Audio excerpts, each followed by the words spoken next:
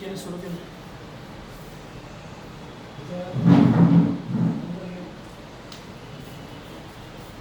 आपण दिनांक 24 मे 2024 रोजी पेपरला टेंडर नोटीस दिली होती. त्याच्यावर 15 दिली.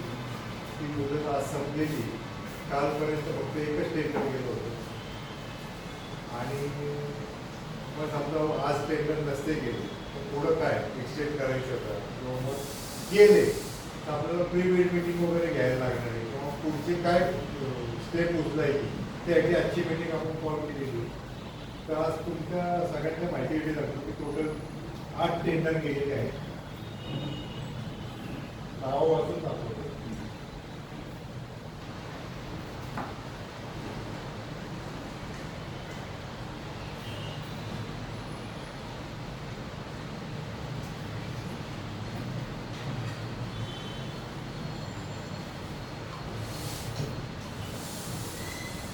रविराज कोकडिया क्रिएटिव्स, सूर्यकांत काकडे आणि असोसिएट्स, उत्सव होम्स.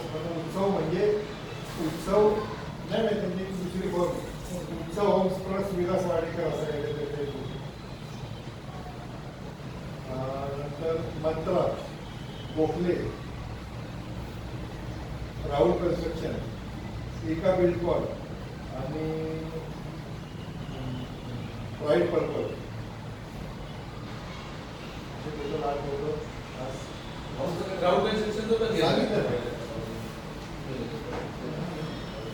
नाही म्हटले पण आचार्य मला फोन आला होता दुपारी की मी घेतोय टेंडर आणि त्याप्रमाणे मी डीडी आणि हे पाठवून दिलं होतं. येऊन गेलो त्याचा मेवणा आला होता.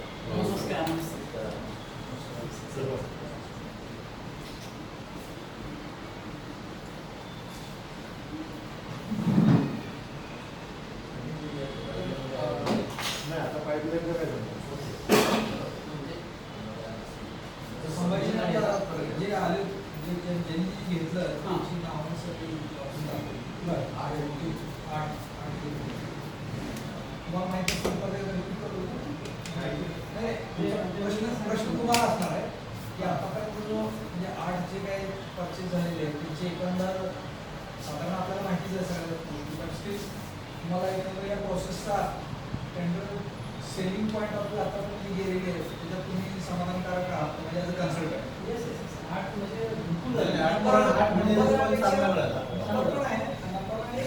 इंडिव्हिज्युअल्सचे जे अगोदर मला इंटरेस्ट भेटत देत होते किंवा माझी इंटरेस्टेड आहे वगैरे वगैरे 6 महिने वर्ष 2 वर्षात पण आपण सगळ्यांना त्यांना मेल केली तुम्हीच मला मेसेज मी त्याचा इंटरेस्ट नाही बनवतो त्यावेळेस मला करायचं आहे. पण आज काय प्रॉब्लेम नव्हता.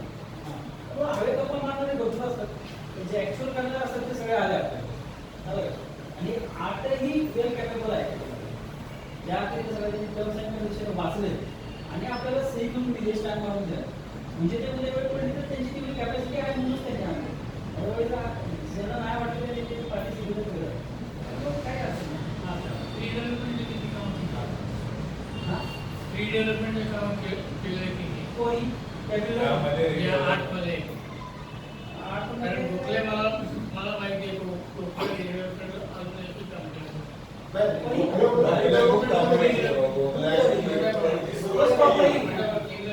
सिंगल बिल्डिंग आहे. कसं आहे आता तसं बघितलं ना आपला क्रायटेरिया काय आहे 3.5 एकरचा मला व्हिडिओ प्रश्न येत नाही. 2 एकरचा व्हिडिओ आपल्याला फक्त एरिया आणि मेल्ली आहेत का तर आहे त्याला अनुभव आहे का कामाचा कन्स्ट्रक्शनचा ते बघायचं. त्यांनी 3 वर्षापूर्वी काही करून आम्हाला रिडेव्हलपमेंटचा अनुभव नाही. नाही गोखलेच म्हटलं असं गोखलेचा काही संबंध नाही. गोखले पहिल्यापासून व्हिडिओ गोखले उलट पुण्यामध्ये सेमिनार घेतो रिडेव्हलपमेंट. गोखले उलट तुम्ही त्याची जर क्वांटम काउंटिंग तर त्यातच जास्त त्यांनी स्वतः सांगितलं होतं की आम्हाला गोखले नव्हता चालणार वेगळाच असतो. आज बी होता आज बी लिमिटेशन काय असते सगळे पुण्यात काम केलेलं बघा एकदा सांभाळले मोबाईल ते द्या ना ते सांगते डिटेल प्रत्येक बिल्डरबद्दल माहिती प्रोसेस आहे. थोडीशी शॉर्टमध्ये माहिती द्या.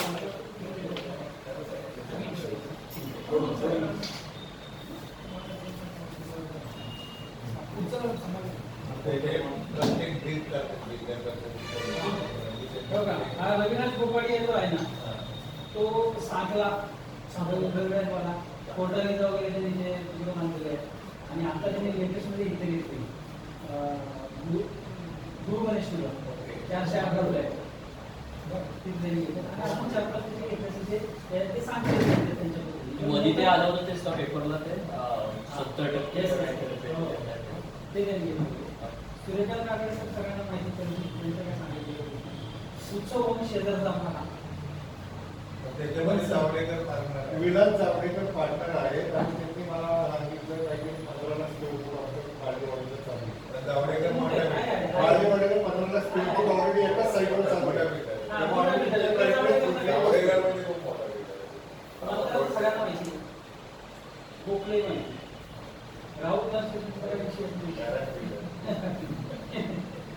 इका म्हणजे हा आपला आशिष गाडीच्या जवळ एक खूप उंच इमारत आहे महेश विद्यालयाच्या मागे. शेजारी. हा ते म्हणजे इका म्हणजे आपले हे कोंबडे मातोड. कुंबळे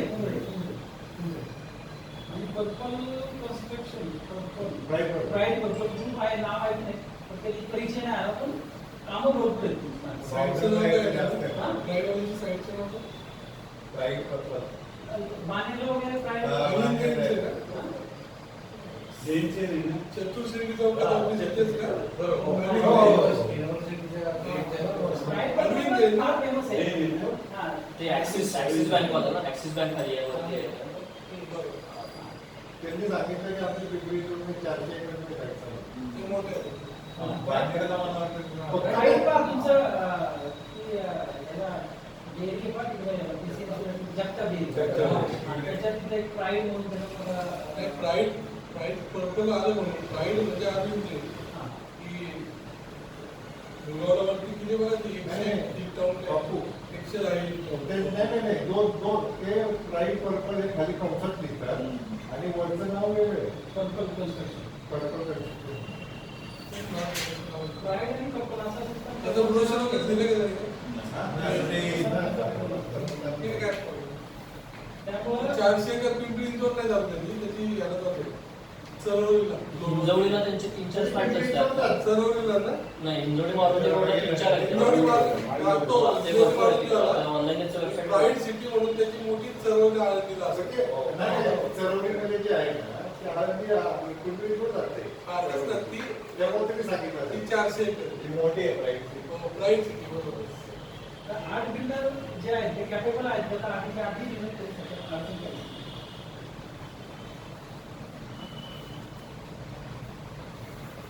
तर आपण ऍक्च्युली मीटिंग अशासाठी बोलवली होती की डॉक्टर अपेक्षित टेंडर नाही आले नाही आज ती एक्सटेंड करायची का तर आता एक्सटेंड करण्याची गरज नाही आपल्याला कायद्याने 3 लागतात आपल्याकडे 8 आले त्यामुळे एक्सटेन्शनचा काही विषयच नाही आणि ज्याला द्यायचं होतं त्यांनी कितीच दिलं असतं इन्क्वायरी तर खूप आल्या की काय नाही क्रायटेरिया वाचला आणि तिथंच ते बॅकआउट झाले पैसे की नको वगैरे हे ते ज्याला द्यायचे जेवण ज्याला वाटत फाईट करून काम मिळू शकतो चालेल.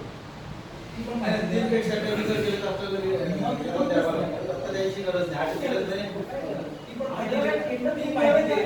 किती जण किती देऊन कम्युनिकेट केलं किती 119 लोकांची तिथे कम्युनिकेट केलेली आहे. नाव सांगण्याची गरज नाही.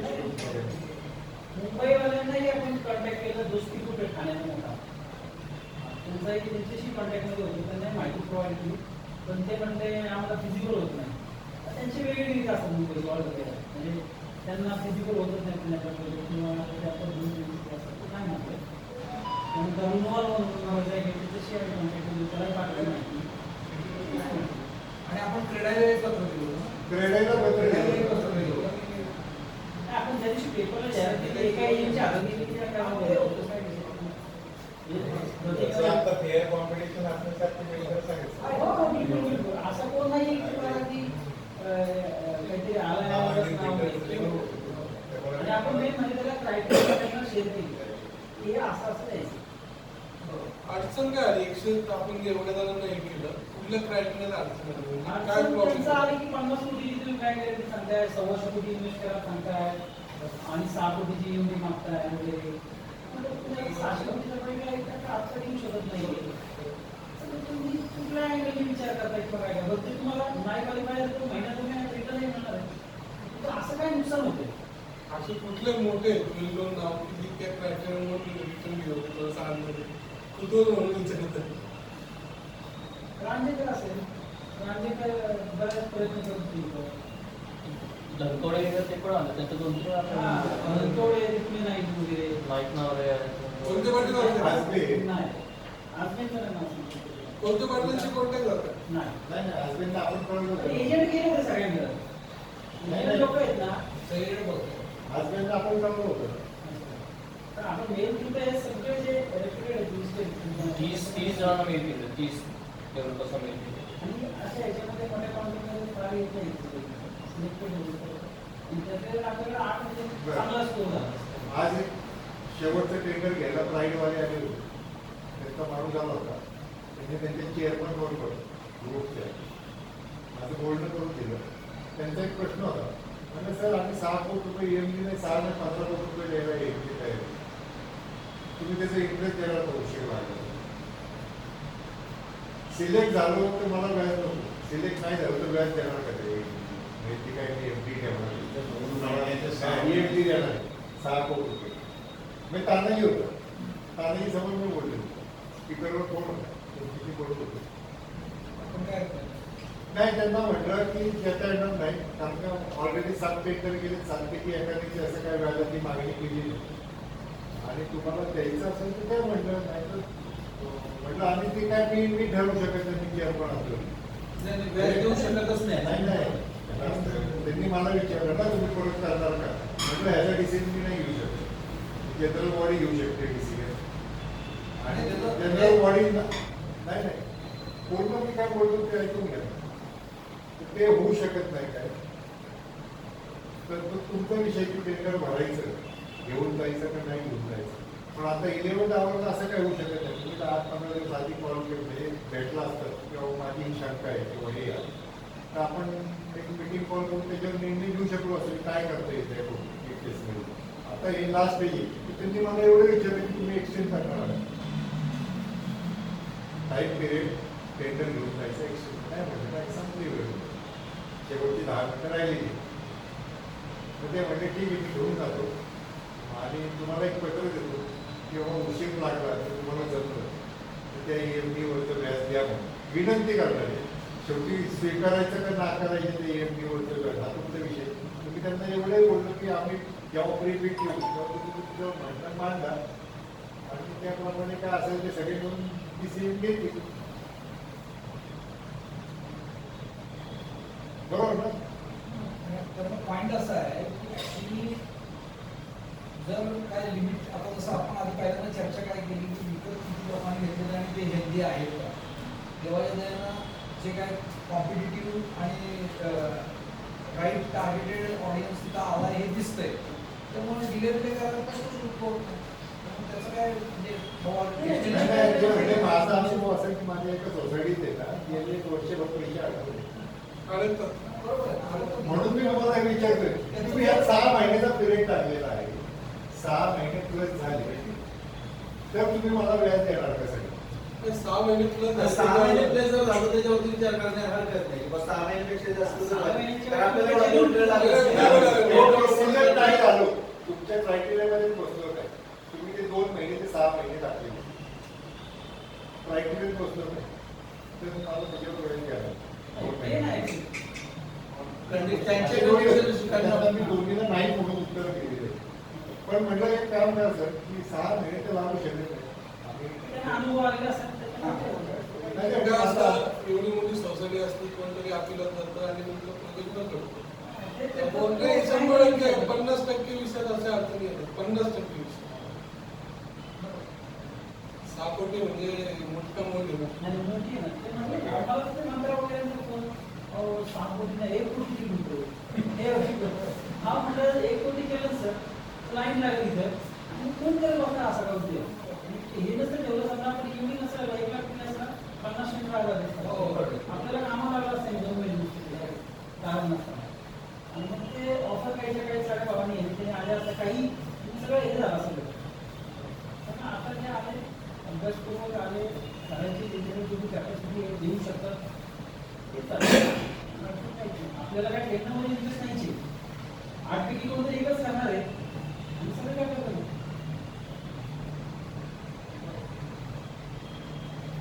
काळे साहेबांना पण मी या गोष्टी बोललो होतो, जाहिरात आलेली वगैरे 5 नंबरमध्ये काय की जे एडीआरमध्ये असतं JDR. JDR ऑफिस, तर त्यांनी ते म्हणजे मी वाचली ते मी कॉन्टॅक्ट पण केले म्हणे मुंबईच्या यांना, पण त्यांची अडचण हीच होती की नियम 6 कोटीची जी कमी असते तर लोक आली असते.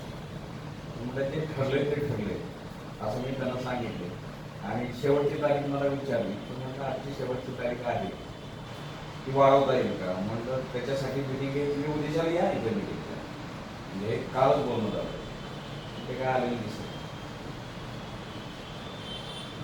मीटिंग द्यायची नव्हती, नाही गेले तर नाही आजच्या सिच्युएशनवर होतं काय करायचं. बरोबर, ते आपल्याला माहितीच नव्हतं. आता मीटिंगचं दुसरं अजेंडा असं आहे की आपण एक्सटेंड म्हणजे आपण करू शकत नाही कायद्याप्रमाणे. तर टेंडर 3 पेक्षा कमी गेले असते तर आपल्याला कॉल करायला लागलं म्हणजे एक्सटेंड करायला लागलं असतं किंवा एकही घडलं नसतं किंवा एकच गेलं असतं तर ते आपण एक्सटेंड केली असती.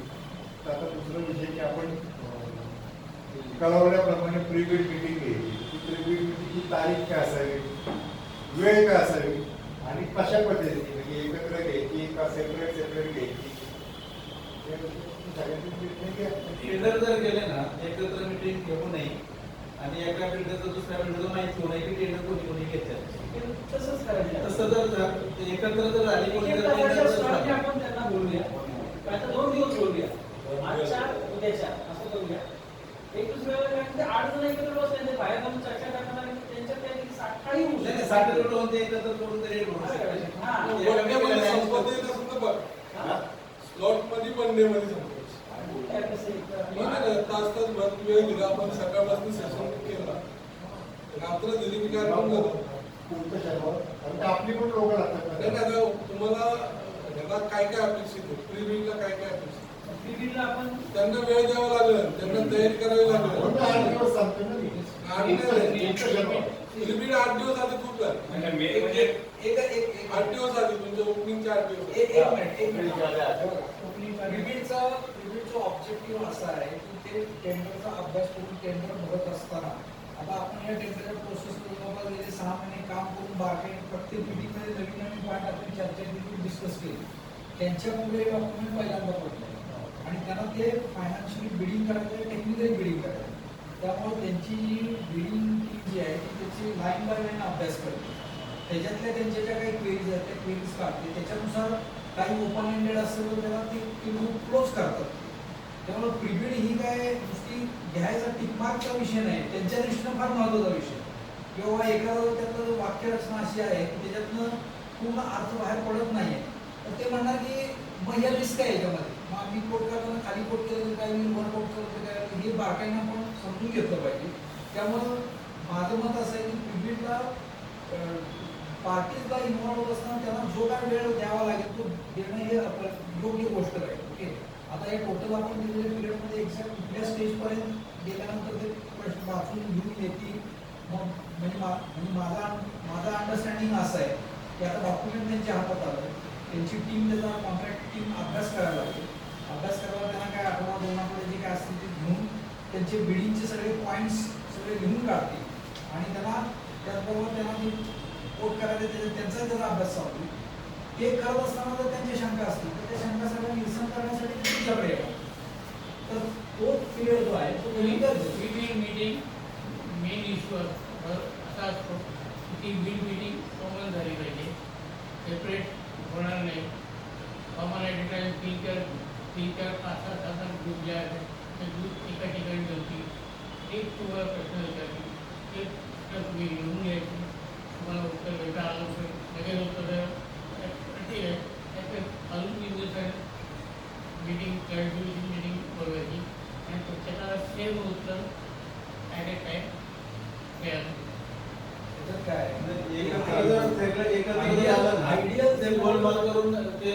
टेंडर वर काय माहिती का आम्ही त्याच्यात आपल्याला फटका बसू शकतो. मार्केट यार्डला आम्ही लालबाग सोसायटी 19 टेंडर आले होते तिथं.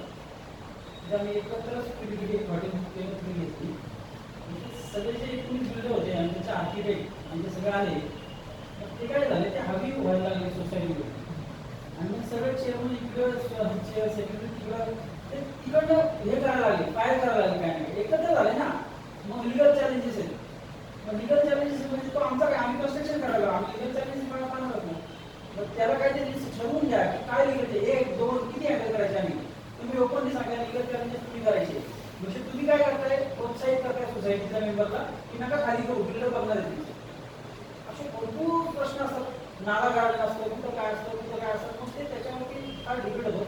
वेळेस एकदम सेपरेट आला ना की त्याचे 4 मुद्दे असतात, तेवढे मागतो आपल्याला, आपण त्याला उत्तर देतो. आणि त्याच्या आर्टिकलची टीम असते, 1-2-3 लोक ती पण असतात. म्हणजे ते 8-9 म्हणलं की ते 30-35 लोकांमध्ये सगळ्यांना हे होऊन जातं.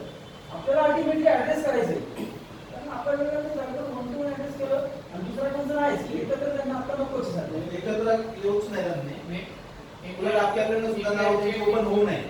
आयडिया कंडिशन मध्ये सांगत कसं आहे, पण आता आपल्याला It should be recorded properly. Yes, yes. आणि जे minutes of meeting पुस्तकाचे आहेत ते त्याच्यावर रेकॉर्ड झालं आहे. त्याच्या 2 गोष्टी मी सांगतो की मोस्ट आयडियल सिच्युएशन म्हणतात त्याप्रमाणे एकत्रित कॉल केली जाते, सगळे येतात. पण त्यावेळेला ती कस्टमर म्हणून गव्हर्नमेंट सारखे मोठे एजन्सी वेगळे असतात आहेत. की ज्याच्यामध्ये त्यांच्याकडे त्यांचे राईट्स आणि सगळ्या गोष्टी असतात. चला, आपल्याकडे हे सोसायटी लेवलला जे आपलं स्ट्रक्चर आहे ते तुम्ही म्हणला तेव्हा प्रॅक्टिकली तंतोतंत बरोबर आहे. आणि त्यात त्यांचा जो अनुभव आहे अशी टेंडरिंग प्रोसेस म्हणतात, तर त्याच्यावर त्या सोसायटीचा जास्त अनुभव त्यांना सोपा आहे. त्यामुळं इंडिव्हिज्युअल लोकांचे प्रश्न इंडिव्हिज्युअल पद्धतीने हँडल करतात. त्याचे तुम्ही जे सगळे एकत्र ते प्रश्नांची उत्तर जी काही त्याच्या मिनिट्स ऑफ मीटिंग मारणार ते कॉमन काढून टाका आणि त्या टिकून अमेंडमेंट डॉक्युमेंट तुम्ही काय प्रश्न विचारला म्हणायचं काही कारण नाही. पण हे जेवढे जे काही सेपरेट चर्चा झाली होती त्याचा हा घोषणा हे दुसरं part and parcel of tender document finish. माझ्यामध्ये ही प्रोसेस मला वैयक्तिक विचारायला तुम्हाला मान्य आहे. Developing one hour for part 1 hour. Very sufficient. You finish it in a day. Or you will in the morning the same for एका दिवसात. 2 तास दिवशी 16 तास. 2 दिवस करावं लागेल. एक तास आणि फार तर फार काय करा, माझं सजेशन आहे ते बरोबर इंटरेस्टेड आहे ती सगळी, बरोबर त्याने आदल्या दिवशी प्रश्न आपल्याला पाठवून द्यावे. एक तासात एक तास हे डायलॉग आणि अर्धा दोन दिवस ठेवले पाहिजे. तसं नाही. प्रश्न विचारा. अडचणी माझा अनुभव आहे.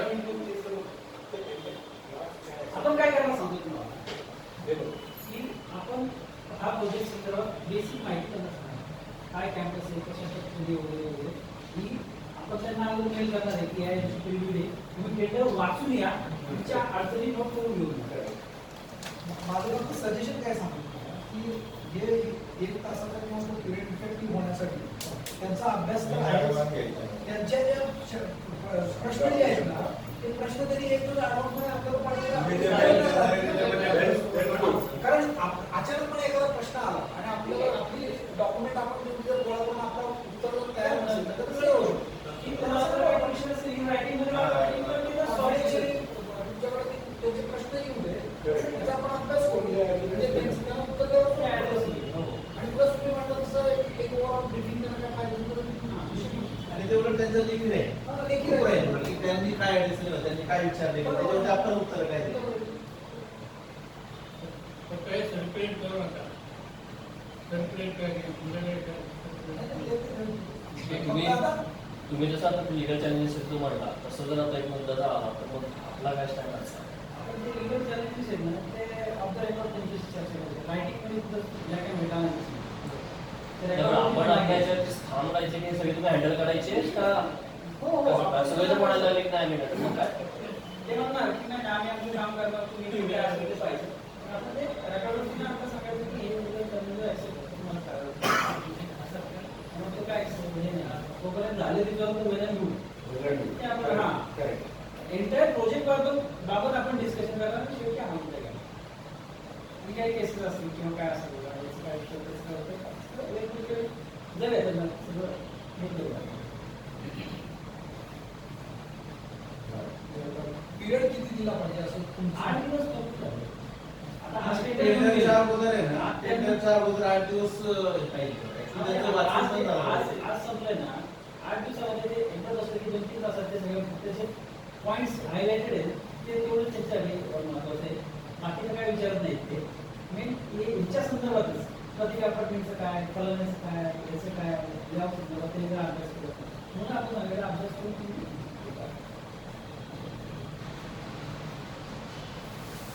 आपण त्याला समजून घ्यायचं टोटल किती दिला आपण भरण्यासाठी? 1 महिना. एक महिना म्हणजे ते तिथून पुढे कामाला लागतात त्यांना आपण जर ते डिलीट केला तर तिथून पुढे त्यांना मग ते भरायला आणि ते विचार करायला लागते आपण त्याचं क्लिअरच करून टाकायला 8 दिवसात हे असा असा विषय आहे असं असं आहे.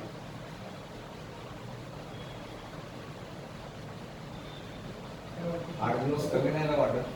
नाही आजच्या दिवसात नाही, नाही, कशाला? प्रीमियमला कशाला? नाही आजपासून आज नाही पुढचं शनिवार म्हटलं तर आजपासून 8 दिवस शनिवार रविवार झालं तर 9 आता याच्यावर तासभर काही तर दुसऱ्यांना थोडं रेग्युलर काम असतं जे issue काय असेल तर त्यामध्ये discuss करू.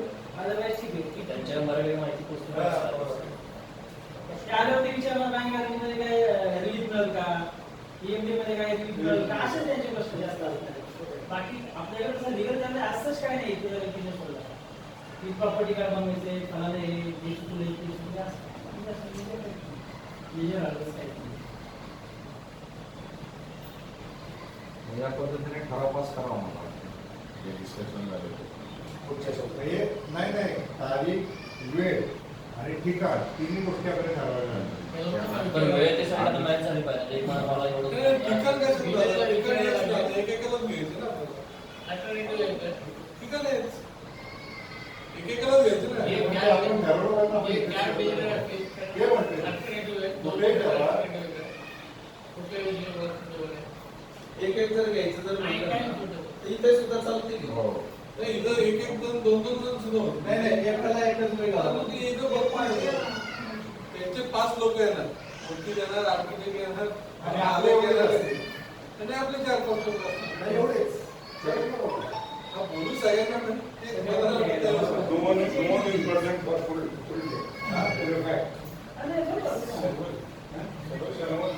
मेनली काय तुमची टेक्निकल टीम आणि टेक्निकल टीम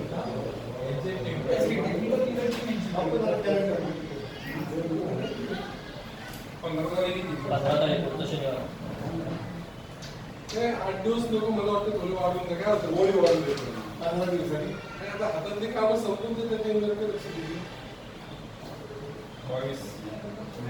टेंडरला नाही, थोडं भरून द्यायला जनरल गव्हर्नमेंट एक 4-5 दिवस लागतात. सबमिशनच्या अगोदर 4-5 दिवस. टेंडर द्यायला 15 दिवस शिल्लक राहतो. ते कसं नाही का तिथले कसे स्टँडर्ड त्याच्या हिथं काय माहिती का इथं ते असं पण आणि मला लक्षात घ्या त्यांचा पण मोठा वकील असतो. आता आपण काय म्हणतो की 15 दिवस वेळ जर आपल्या याला तो ड्राफ्ट घेणार जे असेल त्याच्या वकिलाशी डिस्कस करणार, आर्किटेक्टशी डिस्कस करणार, त्याच्यात अकाउंट सीए त्याच्याशी डिस्कशन करणार. त्या तिघांच्या वेळा घेऊन तो डिस्कशन करून पॉईंट काढणार. म्हणजे काय हे काय सिंगल बिल्डिंगचं टेंडर नाही ना. त्या तिघांच्या वेळा भेटल्या पाहिजे, त्यांचे प्रश्न भेटले पाहिजे. हे मोठे एखाद्या वकिलाची वेळ घ्यायला मला 2-3 दिवसानंतरच तो वेळ देणार एवढा गव्हर्नमेंट टेंडर असतात ना, ते वाचल्या पण जात नाही. ठराविक कंडिशन अटी असतात ते. याच्यामध्ये आपल्या 100 कंडिशन अटी आहेत. त्यामुळे त्यांना फक्त तो अभ्यास करावा लागतो. मुळात काय आहे की नुसते ते प्रश्न काढण्यासाठीच त्यांचं नाही ते भरत असतानाचा त्याचा अभ्यास करत असताना जे प्रश्नता उपस्थित होईल ती काढून घेणार आणि मग म्हणणार म्हणजे बाय दॅट टाइम त्यांची भरण्याची मानसिकता पूर्ण झाली किंवा काय काय घालायचं वगैरे ते करत असताना जे काही शंका आल्या त्या एकत्र करून तुमच्याकडे येणार. माझं टेंडर मला जर भरायचं म्हणलं तर मी माझ्या वकिलाकडे जाणार. माझं जेवढं नॉलेज नाही तेवढं मी मागणार. वकील काय लगेच वेळ नाही देणार. ते त्याचे पॉईंट काहीतरी काढतात. त्याच्यावर त्या दोघांचं डिस्कशन होणार. मग त्यांचं समाधान नाही आलं तर तो पॉईंट घेऊन ते आपल्याकडे येणार. तसंच सीए तसंच आर्किटेक्ट. नाही याच्यामध्ये सीएचा रोल 0 आहे. त्याच्यामध्ये त्याचा काहीच विषय नाही. वकिलाचा रोलसाठी त्याच्यात काहीच नाही आपण लिगल चॅलेंजेस टाकले ते आपण ओरल डिस्कस करणार बरोबर आहे. आता याला आर्किटेक्टचं फक्त कसं हे प्रोजेक्शन होईल किंवा काय होईल. तो आर्किटेक्ट त्याच्या इन हाऊस असिस्टंट असतो तो कुठे येतो आणि ऐकून घेतो आपलं, काय वाटलं तरी क्वेश्चन करतो. फार याच्यामध्ये काय त्या लेवलचं डिस्कशन नसतं. इथं कसं झालं असतं नाही का, कुठेतरी जागा नाल्यात जाते, काहीतरी जागा कमी भरतीये, काहीतरी अजून मोठा लिगल चॅलेंजेस आहेत, काही प्रॉब्लेम्स आहेत, तर मग आर्किटेक्ट आणि लिगलचं थोडंसं विषय असंच काय आहे. तुम्ही म्हणले 15 दिवस काय अडचण नाही. त्याच्यानंतरच ती काम चालू करणार आणि त्याला आहे. दुसरा पण बाबू एक पॉईंट आहे, जेव्हा तुम्ही 8 दिवसाची पिरियड देता तेव्हा तेव्हा काही अभ्यास करायला बसायला कंपल्शन जातं आणि बसून केलं पाहिजे. पण आपल्या 2 नंबर सारखे त्यांना वेळ भेटत नाही किंवा होत नाही. त्याचा विचार करावा. जे ठरलेलं असतं ना. असंच नाही म्हणजे याच्या 500-700 कोटीचा 1000 कोटीचा टेंडर म्हणलं त्यांचे जे इन हाऊस प्रत्येकाचे असणार इन हाऊसवाला अभ्यास करून तो त्याच्या सिनियरची वेळ घ्या. आता ह्या सोमवारपासून अजून क्लिअर चालू झालं नाही, सगळे वकील फिरायला आहेत. या सोमवारी कोर्ट चालू होणार, 1 महिन्याची सुट्टी होती बरोबर ना. त्या सोमवार मंगळवार ते रेग्युलर चालू होणार. त्यांना म्हणजे आता मी परत वकिलाकडे करतो ते म्हणल्यावर सोमवार नंतर 4 नंतर संध्याकाळी 4 नंतर किंवा अजून त्यांचं रुटीन नाही राहिलं. 1 महिना सुट्टी जातो पुन्हा या सोमवारी चालू होतं. तर असं मला वाटतं की 8 दिवस खूप कमी होते, थोडे वाढून द्यावे. 22 आणि 23 तारीख कशी वाटली? आता दुसरं आहे ना, प्रीव्यू मीटिंग तुम्ही करणार आहोत 8-10 दिवसांनी. 8 दिवसांनी आता 15 दिवस हे होतात ना. ते 15 दिवसावर तुम्ही 2 नंबरचा निर्णय काय तुमचा फायनल बिल्डरला जर सांगायचं झालं तर त्यावेळेस तो निर्णय काय सांगणार?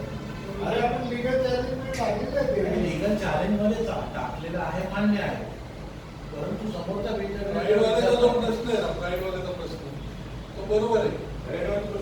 त्याच्यामुळे जे काही लिगल तुम्हाला काही आलं की महिनाभर थांबा, एखादी तारीख पडलीच कोर्टात, तर त्या बिचाऱ्याची ती एमडी 6 कोटीच्या अडकून नाही. म्हणजे आपण विचार करा की आपली 6 कोटीची एमडी कारण नसताना आपल्यामुळे अडकली तर काय होतं. नाही, पण legally जर विचार केला ना तर या प्रोसेसला कुठेही स्टे नाहीये. ते नाहीये आपण करतोय, पण ह्याच्यात जर काय एमडीचा विषय निघाला ना, प्राईडवाल्याचा जो प्रश्न होता ना, तो ह्या निगडीत होता. आणि त्या हिशोबाने माझं म्हणणं आहे की 22-23 नाही, आपण तर करूच. त्याच्या अगोदर आपण प्लॅनिंग काय करतो? 2 नंबरवाल्यांची वाट बघायची नाहीये. त्यांनी काय लिगल मध्ये गेले तर आपण त्यांना हात जोडतो, अजूनही हात जोडतो. तेव्हा आपण सगळं सगळे जाऊन जर काय झालंच तर आपल्याला त्यांना हे जे बिल्डर आहे हे व्यावसायिक आहे, यांच्या पैशाची किंमतीचा आपण विचार केला पाहिजे. त्यांना त्यांच्या प्रश्नाचं उत्तर सुद्धा देणं नाही, फक्त ते आहे तुमचा जो प्रश्न आहे म्हणजे काय पुढची काय ही माहिती नाही. पण एक गोष्ट क्लिअर आहे की ज्या काय त्या स्टेजला ज्या काय फॅक्ट असतील त्या फॅक्ट आपल्याला सांगावं लागतं. असं आहे, मेजॉरिटी कशी आहे, काय